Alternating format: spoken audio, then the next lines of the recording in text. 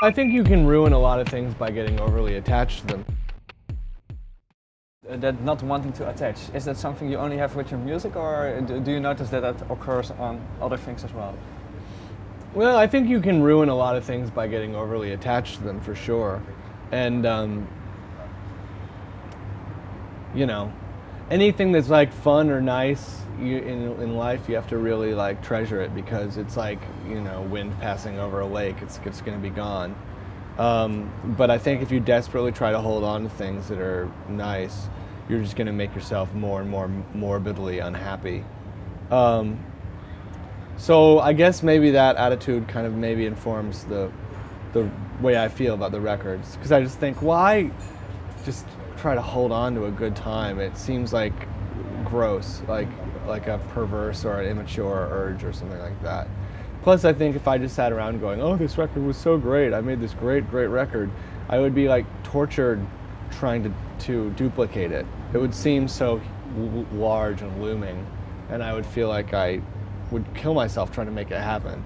So it's just better to be like, the records are just a sort of a document of work we did at a certain time.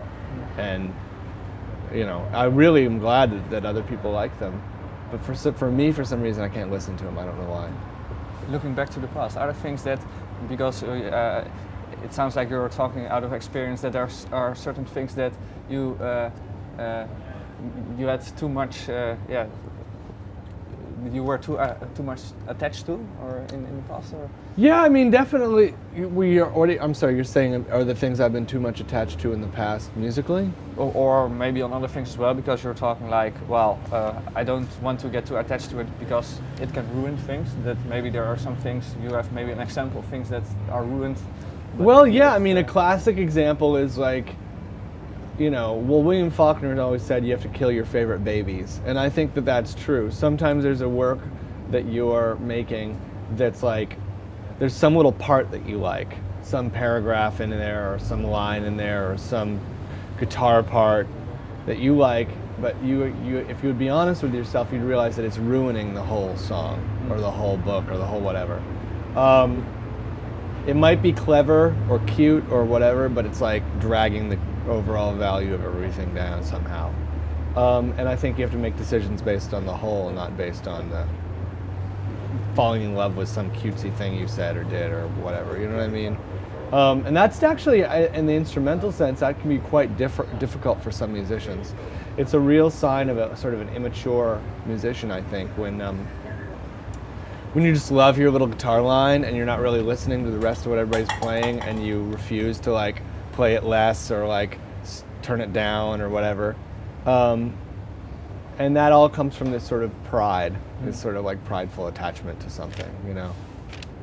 Is there still a lot of pride in Okkervil River, or is everybody that mature that they can set it aside? This is a fantastic band right now, it really is. Just fantastic people, fantastic musicians, and I think that we really felt, like I said before, an incredible amount of personal pressure, you know, coming from within ourselves, not really from the outside, to like play the best we possibly could. And that means for this band, because they're great, it doesn't mean I'm going to go practice scales and play like, you know, Yngwie Malmsteen, like really fast, like fret tapping. It means like, what notes can I eliminate? How can I be the most economical? How can I be the most valuable to the song? And it's a really special thing when you have this group of 6 people who are like playing not just really well on their own, but are all playing together as this beautiful ensemble, you know? I mean, that's what's so wonderful about hearing an ensemble play, as opposed to like a solo band or something. It's like, it's a joint venture, it's a community effort, you know? And it's really special. And it's when you're up there and you're playing and you're taking part in it, it can be sometimes the most thrilling thing you've ever experienced in your life, where you're just sort of like, this is this perfect sense of flow, you know? It's like probably how you feel if you're a great athlete and you're, you know, just in the middle of like this kind of forgetting yourself and just reacting, because that's how it really feels.